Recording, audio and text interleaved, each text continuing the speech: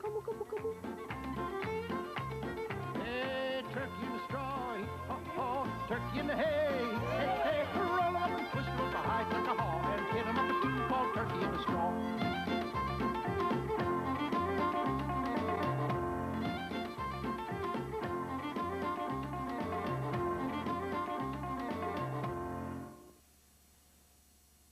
If Ben Franklin had had his way, the turkey would be our national symbol.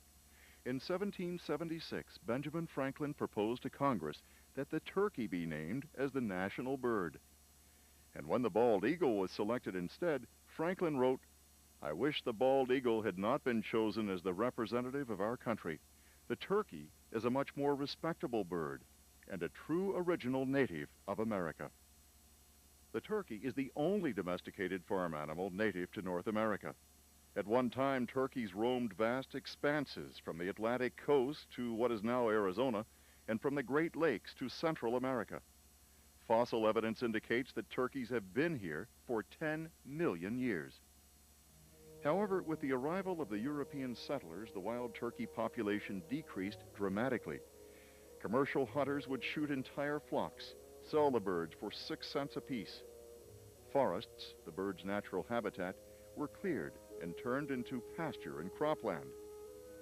By 1900, only small populations of the once great flocks still existed in North America, and there was an increased interest in domesticating the turkey.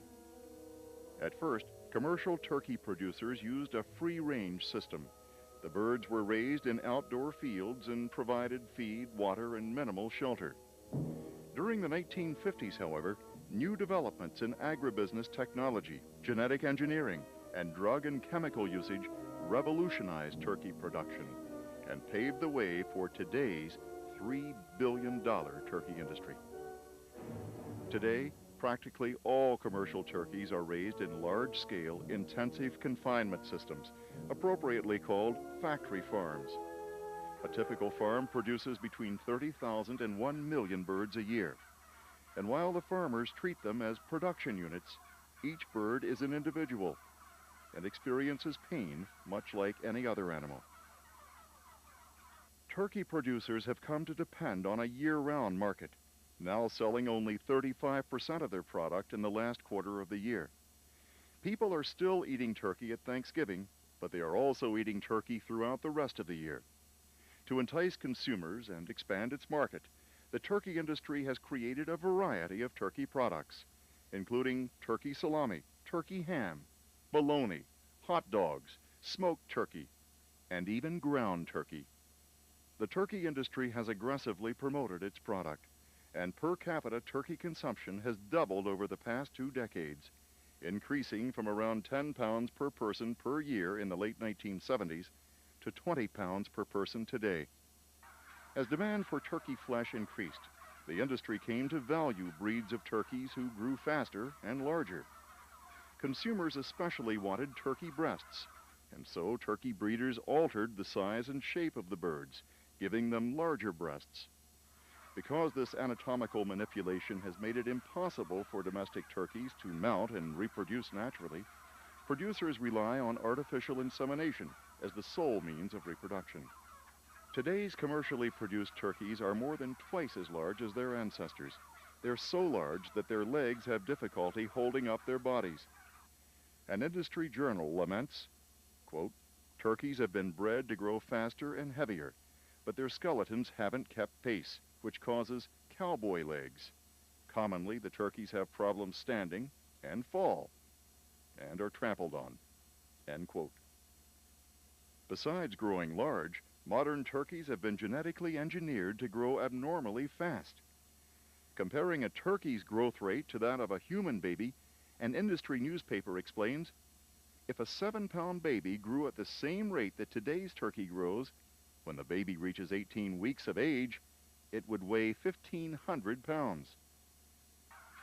This rapid growth places the animals' bodies under severe stress, causing hundreds of thousands to die before reaching the slaughterhouse every year. Fast-growing turkeys commonly die from heart attacks or internal bleeding resulting from aortic rupture or kidney hemorrhage. Turkey producers have also chosen to breed white turkeys rather than the traditional bronze-colored breeds because bronze feathers leave pigment in the bird's flesh, and consumers prefer not to see any color on the carcass. Each year, more than 300 million turkeys are bred for slaughter in the United States. Breeding hens are artificially inseminated and lay eggs which are immediately taken away from them. The turkey hens are subjected to an artificial environment and induced to lay around 90 eggs in a 25-week period. In nature, the hens only lay between 4 to 16 eggs in a year. Back on the factory farm, after 6 months of intensive egg laying, the hens are considered spent and sent off to slaughter. The fertilized eggs are placed in incubators, and in 4 weeks they hatch. The newborns never see their mothers. From the hatchery, turkeys may be transported more than 1,000 miles before reaching the place where they'll be raised. Most turkeys live out their lives in intensive confinement buildings, where they're crowded by the thousands. When the birds are first placed in the buildings, they're small and have room to move. However, within a few weeks, they grow substantially, and space becomes limited. Birds often weighing more than 28 pounds are allotted only 3 square feet of space. In these overcrowded conditions, acute stress, heat prostration, smothering, disease, and respiratory maladies kill millions of turkeys each year before the slaughterhouse can. Unable to exercise or move freely, the birds become extremely agitated and are driven to excessive pecking and fighting. In order to reduce the resulting injuries and deaths, the birds are debeaked, desnooted, and declawed.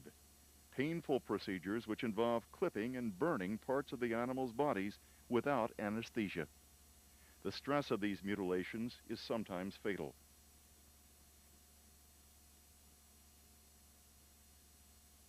In intensive confinement turkey production, human contact with the birds is extremely limited. Feeding and watering are completely automated, and illness and disease go undetected. When modern turkey producers do walk through their flocks, it's usually to remove dead or dying birds. Perhaps the greatest hazard of mechanized watering and feeding is that these systems have the potential to break down. The birds are completely dependent on these systems, and if they fail, tens of thousands of birds can die, slowly. Turkeys also die in hot weather when factory farm temperature control systems are unable to maintain livable conditions.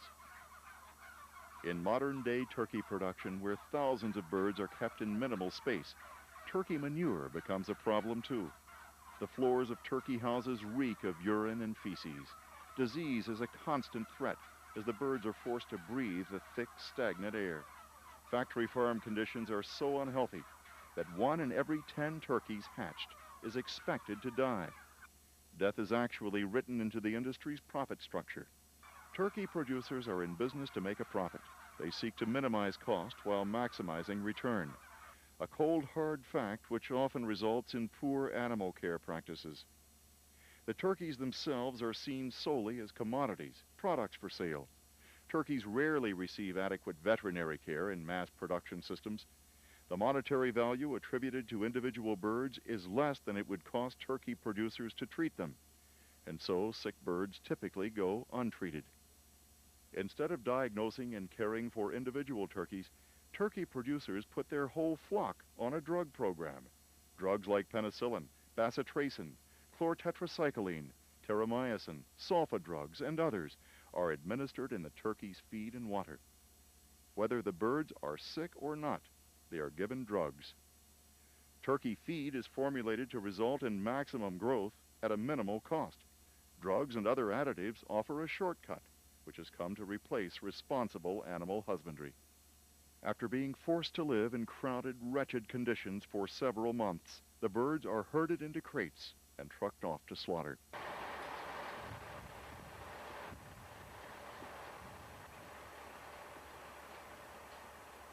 At the slaughterhouse, frightened turkeys are hung upside down by their legs. As they struggle to free themselves, wing and leg injuries occur.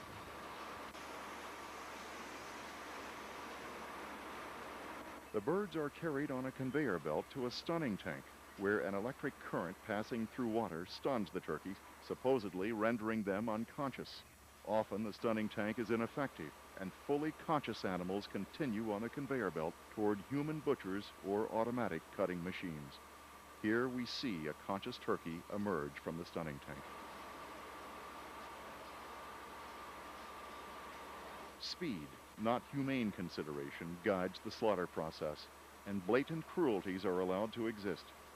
Today, slaughter plant assembly lines are moving faster than ever, killing thousands of turkeys per hour. Human butchers and automatic cutting devices, forced to work at high speeds, are often inaccurate. And when the knife misses its mark, birds are boiled alive in the scalding tank. Here a turkey has fallen off the conveyor belt and is left bleeding on the floor. Slaughter plant workers don't take the time to put the animal out of his misery, and the bird is left to die, slowly and painfully.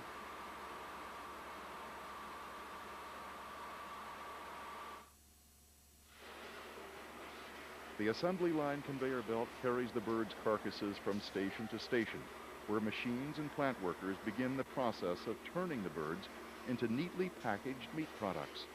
The turkeys are defeathered, dipped, clipped, cut, and rinsed to remove all traces that these were once living animals.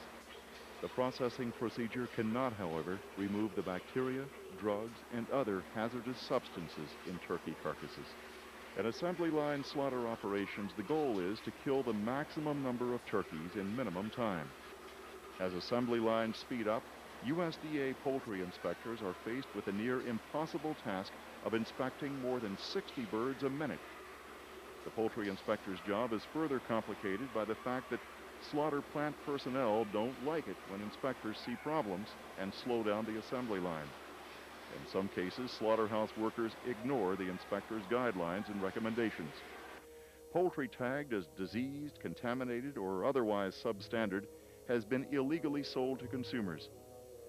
Former USDA poultry inspector Hobart Bartley stated, "If the American public knew what garbage they were eating, they would revolt." A recent USDA survey found nearly 40% of the nation's largest turkey plants had serious sanitation problems or lacked proper quality control. Even when turkey slaughterhouses do operate within acceptable guidelines, the government allows half of ground turkey to be contaminated with salmonella. Salmonella and Campylobacter bacteria are commonly transmitted from poultry to humans, causing nausea, vomiting, and even death. It's estimated that these two bacteria alone kill 3,000 Americans each year and make another 4 million sick. Concerned about the health hazards and animal suffering associated with the consumption of turkey flesh, a growing number of individuals are coming to see turkeys as more than food.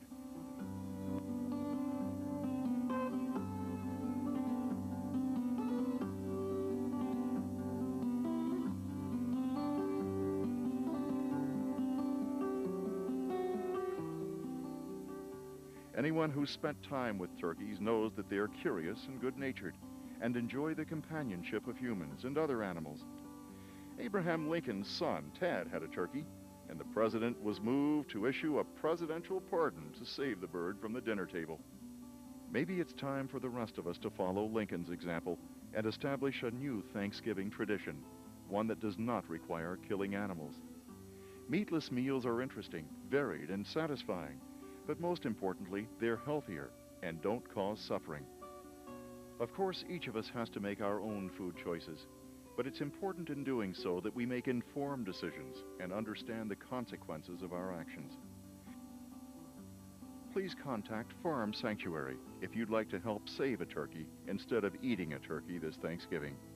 Every year, the organization adopts rescued turkeys into good permanent homes through its Adopt a Turkey project. Contact Farm Sanctuary to receive additional information about turkeys or other farm animals, or to learn about a plant-based diet. The organization distributes fact sheets, cookbooks, videotapes, and other educational materials.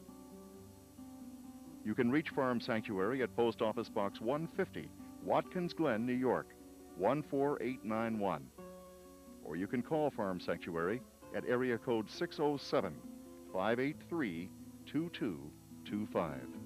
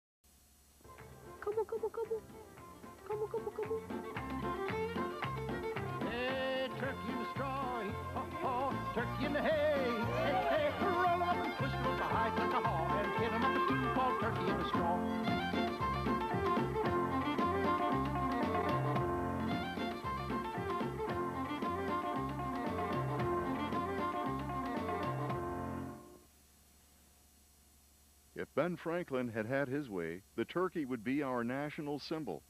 In 1776, Benjamin Franklin proposed to Congress that the turkey be named as the national bird. And when the bald eagle was selected instead, Franklin wrote, "I wish the bald eagle had not been chosen as the representative of our country. The turkey is a much more respectable bird and a true original native of America." The turkey is the only domesticated farm animal native to North America. At one time, turkeys roamed vast expanses from the Atlantic coast to what is now Arizona. Practically all commercial turkeys are raised in large-scale, intensive confinement systems, appropriately called factory farms. A typical farm produces between 30,000 and 1 million birds a year. And while the farmers treat them as production units, each bird is an individual and experiences pain much like any other animal.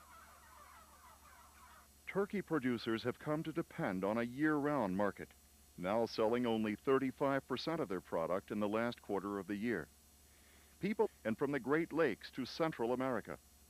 Fossil evidence indicates that turkeys have been here for 10 million years. However, with the arrival of the European settlers, the wild turkey population decreased dramatically. Commercial hunters would shoot entire flocks, sell the birds for 6 cents apiece. Forests, the bird's natural habitat, were cleared and turned into pasture and cropland.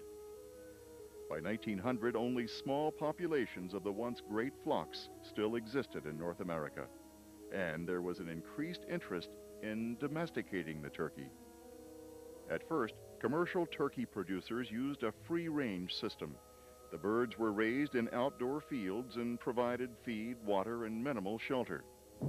During the 1950s, however, new developments in agribusiness technology, genetic engineering, and drug and chemical usage revolutionized turkey production and paved the way for today's $3 billion turkey industry.